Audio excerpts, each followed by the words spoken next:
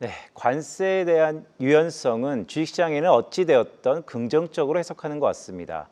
하지만 미국 정부가 당면한 과제가 있죠. 이 숙제는 좀처럼 풀리지 않고 있는데요. 미국의 부채입니다. 트럼프 정부가 미국의 부채를 미국 국제 투자자들에게 강매한다는 소식까지 전해지고 있는데 사안이 급한 만큼 오늘 긴급하게 자리를 가졌습니다. 도움 말씀에 한국경제신문사의 한상춘 논설위원 오셨습니다. 위원님 안녕하십니까? 네, 안녕하십니까? 위원님, 미국 경제의 거품이 사라지고 있다 이런 시각이 늘 있었는데 요즘에는 좀 더 붉어지는 것 같습니다. 어떻게 좀 봐야 될까요? 네, 일단은 우리 경상북도 이렇게 산불이 지금 심각한 상황인 것 같습니다. 이렇게 국가가 이렇게 어려운 사태에 됐을 때 정치권이 지금 주도력이 없습니다는 우리 국민들이 좀 십시일반해서 이 문제를 좀 풀어갔으면 하는 생각입니다.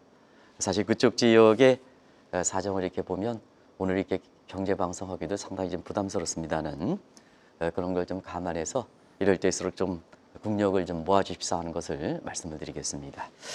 경기 문제 생각하면 우리 이제 경기 문제는 트럼프 정부 취임하고 난 이후에 지금 2달 정도 됐지 않습니까?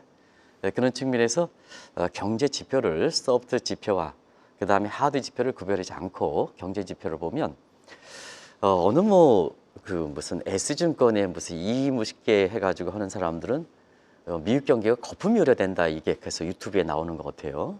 그것도 툭 튀지면 금방 나올 겁니다. 근데 오늘 빈단세 특파원께서는 스태그네이션 경기 침체된다 내지는 물가가 올라가는 스태그플레이션이다 이렇게 되고 미국의 페드에서는 지난 주에 미국 경제 성장률 1.7%까지 맞단 말이에요. 그러니까 미국 경제 성장률이 잠재선이 1.8%인 점을 감안해 볼 때는 미국은 확실하게 경기가 둔화된다 이렇게 보겠습니다. 그래서 미국 경제가 지금 펀더멘털이 문제가 없다, 거품이 우려된다 이런 시각은 상당히 잘못되어 있다 이렇게 보겠습니다. 왜 그러냐? 소프트 지표는 이렇게 신뢰 지표입니다. 선행 지표의 성격을 갖고 있죠.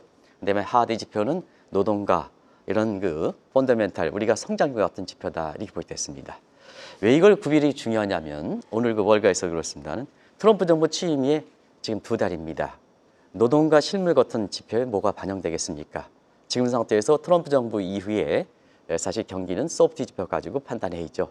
근데 소프트 지표는 오늘 소비자 신뢰 지수라든가 상당히 안 좋게 나왔죠. 그래서 앞으로 미국 경기협회는 소프트 지표는 이렇게 둔화되고 이것이 하드 지표로 노동과 실물 같은 하드 지표로 전이 여부가 향후에 미국 경제의 향방이다 이렇게 보겠습니다. 그런 측면에서 작년까지 나왔던 또 올해 1월까지 나왔던 미국의 노동과 실물 통계 가지고 미국 경제가 펀더멘털이 괜찮습니다. 내지는 미국이 아직도 거품이 우려됩니다. 이런 쪽의 경기 해석은 잘못되어 있다는 것을 꼭 말씀드리겠습니다. 그래서 오늘은 소프트 지표, 하드 지표 간에 서로 지표가 엇갈렸기 때문에 그동안 상호관세 유연성 부과로 인해서 미국 증시가 강하게 상승했습니다는 오늘 상승분이 좀 오늘 3대 지수가 상승했긴 했습니다는 의미를 부여하기는 좀 어렵죠. 그래서 상승분이 반납하는 모습을 보이고 있다 이렇게 보게 됐습니다.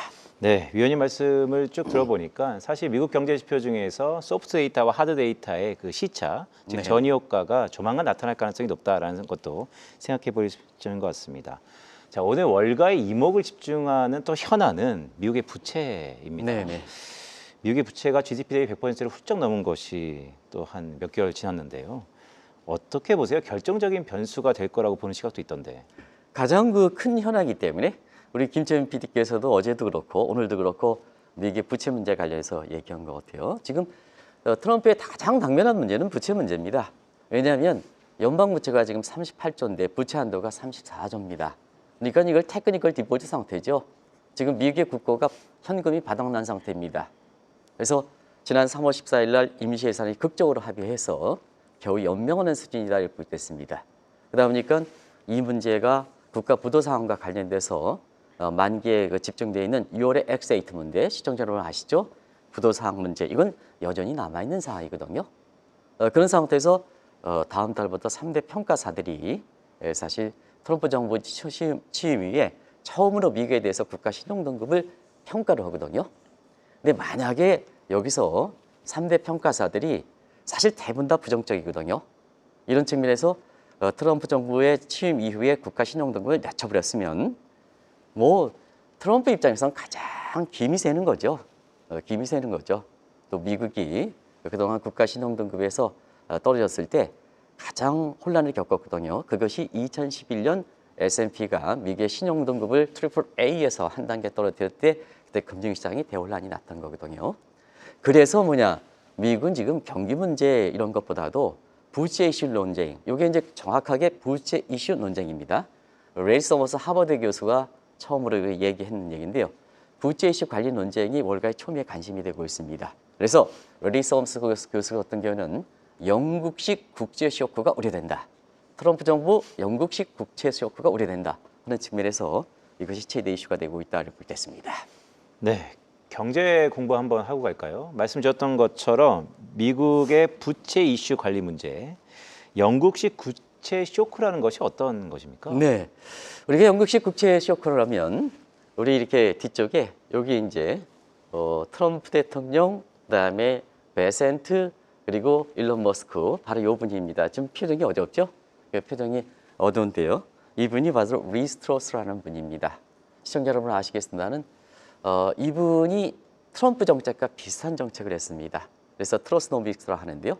대부분 다 뭐냐? 이분이 할 때 퍼플리즘 정책을 했습니다.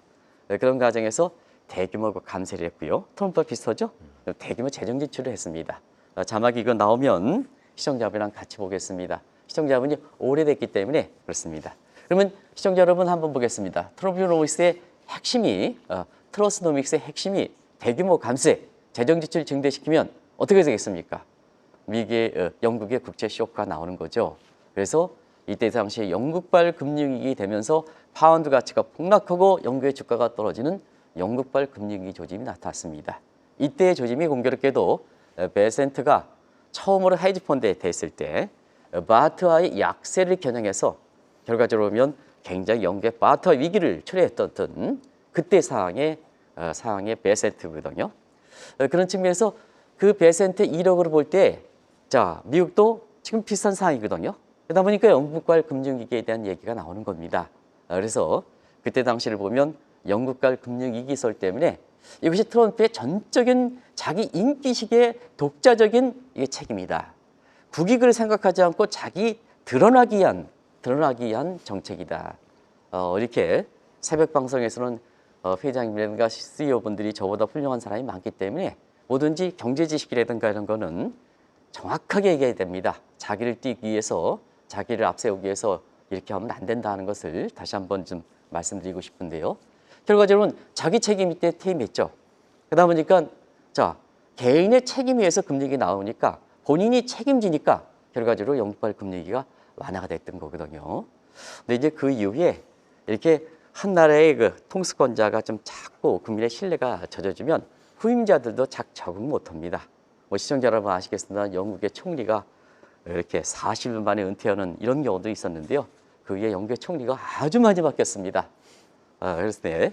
근데 영국은 그래도 이게 자기가 책임 있는 총리 자세로 해서 44년 만에 은퇴했기 때문에 그래도 영국이 살아있다 하는데요. 오늘 그 정치적으로 우리나라가 아주 중요한 날입니다. 그런 측면에서 우리 정치권 특정한 사람과 관계없이 우리 정치권들도 자기 행위로 해서 책임질이 있으면 책임지는 행동, 이게 민주주의의 마지막 힘이다 하는 측면에서 우리나라와 관련해서도 많은 시사점을 던져주는 대목이다 하는 것을 말씀드리겠습니다. 네, 위원님 말씀을 들어보니까 참 정치인들에게 필요한 덕목 중에 하나가 또 결자 해지 자세라는 것이 다시 한번 각인되는 것 같습니다.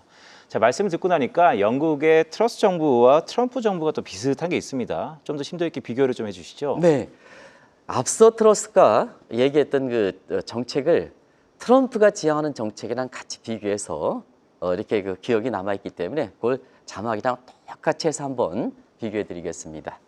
왜 영국식 트러스 국채 쇼크가 우려되냐면 바로 트럼프 정부가 지향하는 트럼프노믹스 2.0이 거의 유사합니다.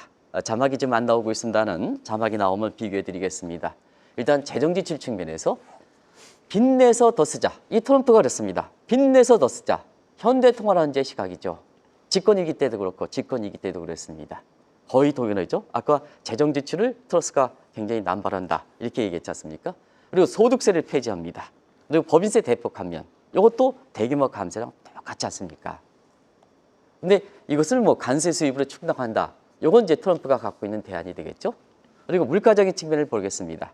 트럼프레이션, 아까 빈단세 우리 특파원께서도 사실 잘 지적했습니다는 스태그레이션 내지는 스태그플레이션 이렇게 우려가 된다 하는데요.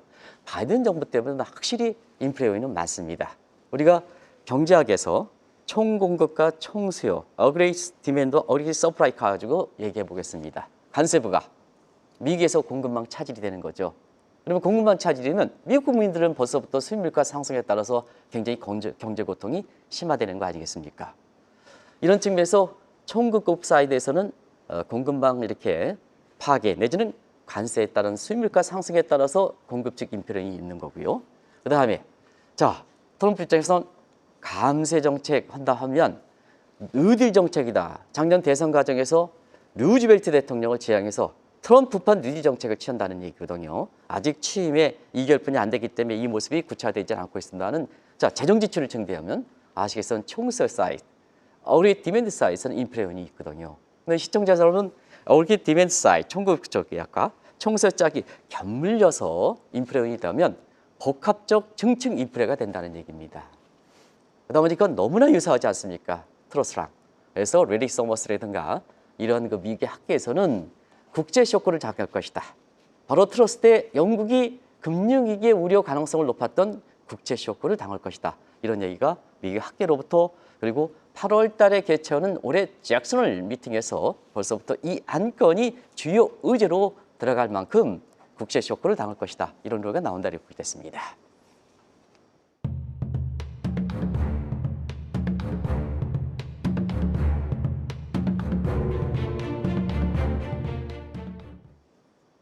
말씀을 쭉 들어보니까 사안이 좀 심각한 것 같은데 트럼프 정부도 뭐 가만히 있지는 않지 않습니까? 결국 영국식 국채 쇼크를 타개하기 위해서, 탈피하기 위해서 다양한 방안들이 또 있다고 하는데 어떤 것들이죠? 네, 일단은 지난 3월 FMC에서 많은 분들이 그렇게 해석하는 것 같아요. 사실 기준금리 동결은 다 예상됐지만 통화정책에서 유동성 공급 정책에서 이 국채 QT를 축소 문제, 월 250억 달러에서 50억 달러로 축소 문제에 대해서 이게 피봇의 다른 형태의 이렇게 연장선이다. 이런 쪽으로 해석하는 시각이 있고 금융 완화다. 이런 식으로 해서 미국의 그 증시라든가 이런 측면에 살아날 것이다. 이런 쪽으로 해석하는 시각이 있는데요. 그렇지는 않습니다.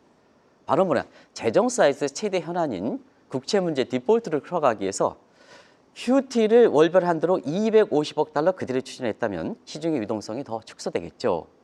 그럼 뭐냐?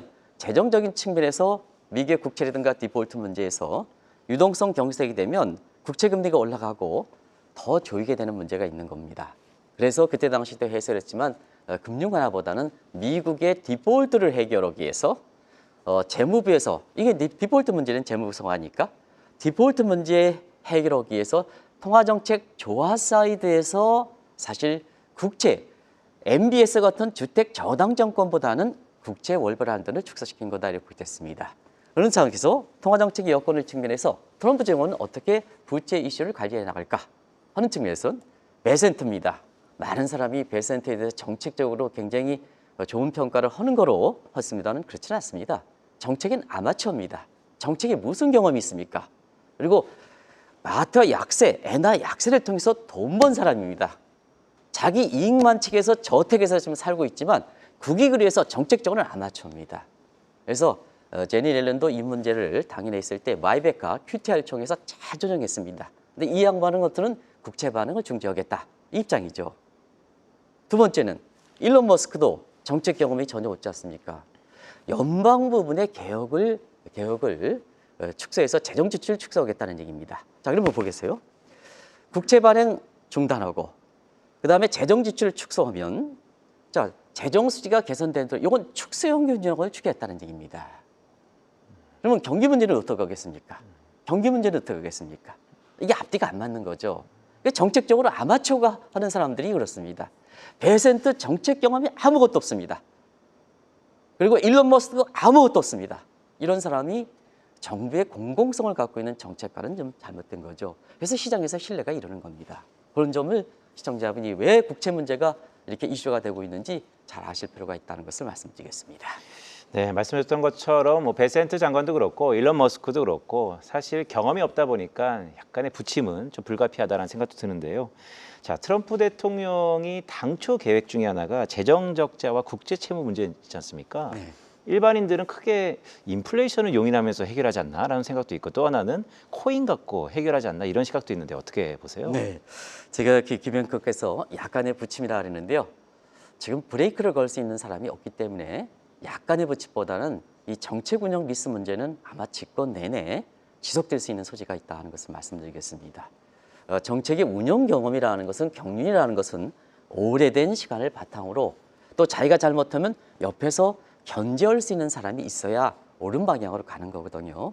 근데 트럼프의 이렇게 경제 스태프진들은 애초부터 기업가를 출신으로 하기 때문에 이 문제가 지적됐던 사항이거든요. 그래서 약간의 부침보다는 상당히 오래 간다. 그런 측면에서 매센트라든가 트럼프와 또 부채 문제를 풀어갈 때 트럼프 대통령과는 미스매치가 있습니다. 이게 이제 조화가 안 되는 거거든요. 그럼 트럼프는 사람은 부채를 어떻게 관리할까? 베센트와 뭐 일론 머스크는 뭐냐면 축소 균형을 취해서 재정 적자를 하는데요. 이 양반은 통이 크습니다. 1990년대 저도 뭐 대우그룹에 있을 때 이 양반이 갖고 있는 이 사인 11개 이것도 받아낸 사람입니다. 그런 측면에서 그때 당시에 왜 그랬냐면 1990년대 부동산이 이분이 파산됐습니다. 이거 어떻게 지금 살아났냐면요.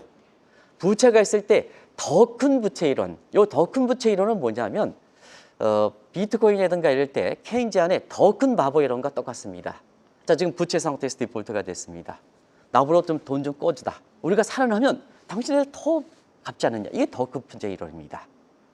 이렇게 살아왔거든요.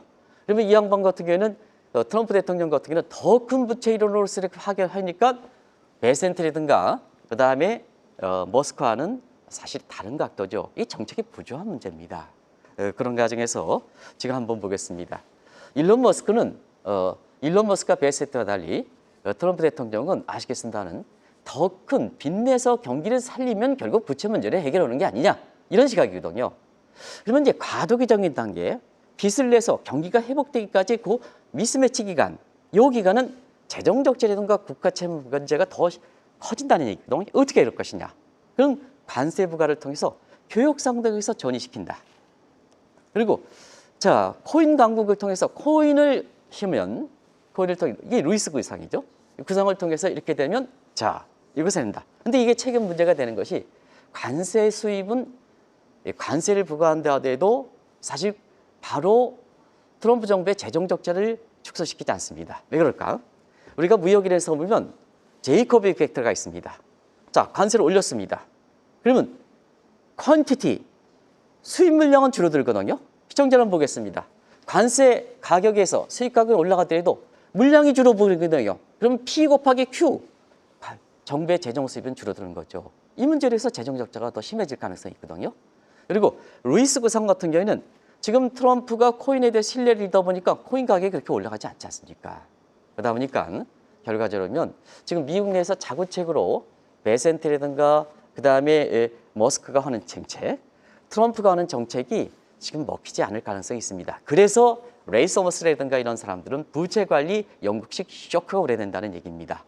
그래서 이것을 어떻게 해결할 것인가 하는 것이 지금 이 논쟁의 주안점이다 하는 것을 말씀드리겠습니다. 네, 말씀 쭉 들어보니까 참 사면초가다라는 생각도 드는데 트럼프 정부의 자국책으로 해결할 수 없다면 어떤 방안이 있을까요? 네, 결국 정가시키는 거죠.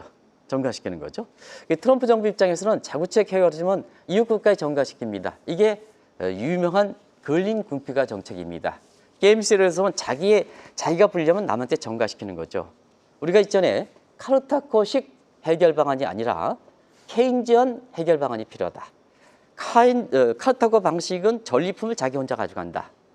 그런데 케인즈 방식은 서로가 샤프리 로스에서 공생적 게임을 해야 된다. 그런데 사실 공생적 게임 보면 다른 나라 전가시키지 말아야 되는데요. 사실 미국은 자국이 해결하지 못할 때는 다른 국가에 전가시킨다. 그런 관점에서 관세도 재정 적자 문제를 관세국에 전가시키는 거죠. 무역 적자도 뭐냐? 달러 약세 정책도 아시아의 달러 약세 정책도 어떻게 하냐면 우리나라에서 환율 급락 문제를 어제 자각했습니다는 무역 적자국에 전가시키는 거죠. 우리가 자국 통합 평가 전환 정책의 유명한 근린 궁핍화 정책 아니겠습니까? 그러면 자, 미국의 재정 적자라든가 국가 디폴트 문제는 자기가 해결하지 못하면 어떠냐? 지금 바로 100년 무이자 국채를 발행했지 않습니까? 그러면 자, 미국의 국채 투자한테 100년 무이자 국채를 리스케줄링 해놓으면 어떠냐면 자, 내가 생전 시에 있잖아요. 이자도 못 받습니다. 그리고 100년 돼서는 원리금 받겠습니다는 내가 생존하는 기간에는 자, 만기가 100년이니까 못 받게 되는 거죠. 미 국채 투자가한테 전가시키는 거죠. 그리고 100년짜리 미국의 국채를 어떻게 되냐면 각국 중앙은행에 강제 매부시킵니다. 그러면 각국 중앙은행에 전가시키는 거죠. 그런 측면에서 지금 미국의 국채 문제, 부채 관리 문제는 지금 우리 미국의 국채 투자가라든가 또 한국이라든가 통화 정책에도 영향을 미칠 수 있는 굉장히 중요한 요소다 하는 것을 말씀드리겠습니다. 자, 마지막 질문을 좀 드려야 될 것 같습니다. 참 골치 아플 것 같습니다. 트럼프 대통령도 그렇고 행정부 관료들도 그렇고요. 어떤 식으로 해결해야 될지 끝으로 말씀 한번 주시죠. 네, 영국식 국채 문제, 스트로스 문제가 결국은 뭐냐? 제러미 헌트 모델을 가져오면 됩니다. 제러미 헌트는 전공법입니다. 이건 전공법은 빚을 많이 내서 썼으면 빚을 갚아야죠. 자기 스스로 개혁 정책에서 바꾸는 거죠. 그래서 지금 미국 내에서 부채 관리 방안으로서 트러스식 영국 국채 쇼크가 미국에 우려되는 상황에서 대안으로 제시되고 있는 제러미 헌트의 전공법을 잠시 좀 설명드리겠습니다. 시간이 경과되긴 했지만 자, 헌트 개혁은 트러스노믹스보다 이전에 나왔습니다. 근데 인기가 없습니다. 뭐든지 뭐냐? 줘야 된다. 빚을 냈으니까 줄여야죠. 구조조정해야죠. 이게 전공법이지 않습니까? 그리고 본부로 돌아가야 되는 겁니다. 이 포퓰리즘은 김영과 나가 구별이 안 되는 겁니다. 본래 생체 아이덴티티를 잃어버리게 하는 겁니다. 착각을 일으켜 하는 겁니다. 근데 이 제러미 헌트는 명확하게 아이덴티티를 구별시켜라는 얘기입니다. 그래 이제 도덕적 해임 문제가 풀리면서 책임이 나와 있으니까 책임에 따라서 책임에 지게 하면 구조정이 되는 거 아니겠습니까? 그런 방법이다 이렇게 보겠습니다. 그래서 미국 내에서는 자, 과거 제레미 헌트의 전공법이 나오고 있는데요. 사실 그렇습니다. 미국이 그동안 뭐냐면 빚을 많이 졌지 않습니까? 지금 문제가 됐지 않습니까? 제가 성경 구절에 저도 뭐 한 30년 이상의 이게 적었습니다. 종교 얘기를 해서 죄송합니다는 성경 구절에 남한테 빚을 냈으면 밤낮을 일해서 잠자지 말고 일해서 갚아야 됩니다. 근데 미국이 이걸 트럼프 정부가 하지 않으려고 합니다. 이게 세계 경제라든가 이런 측면에 어려움을 초래하는 거죠. 그런 측면에서 많은 시사점을 던져주는 것이 아닌가 생각합니다. 알겠습니다. 오늘 말씀 쭉 들어보니까 참 이 권한과 책임이 중요하다는 생각도 다시 한번 드는 것 같군요. 자, 지금까지 한국경제신문사의 한상춘 논설위원이었습니다. 위원님 고맙습니다. 네, 고맙습니다. 계속해서 다양한 경제 이슈를 알고 싶다면 구독과 좋아요, 알림 설정 부탁드립니다. AI 캐스터 권미정이었습니다.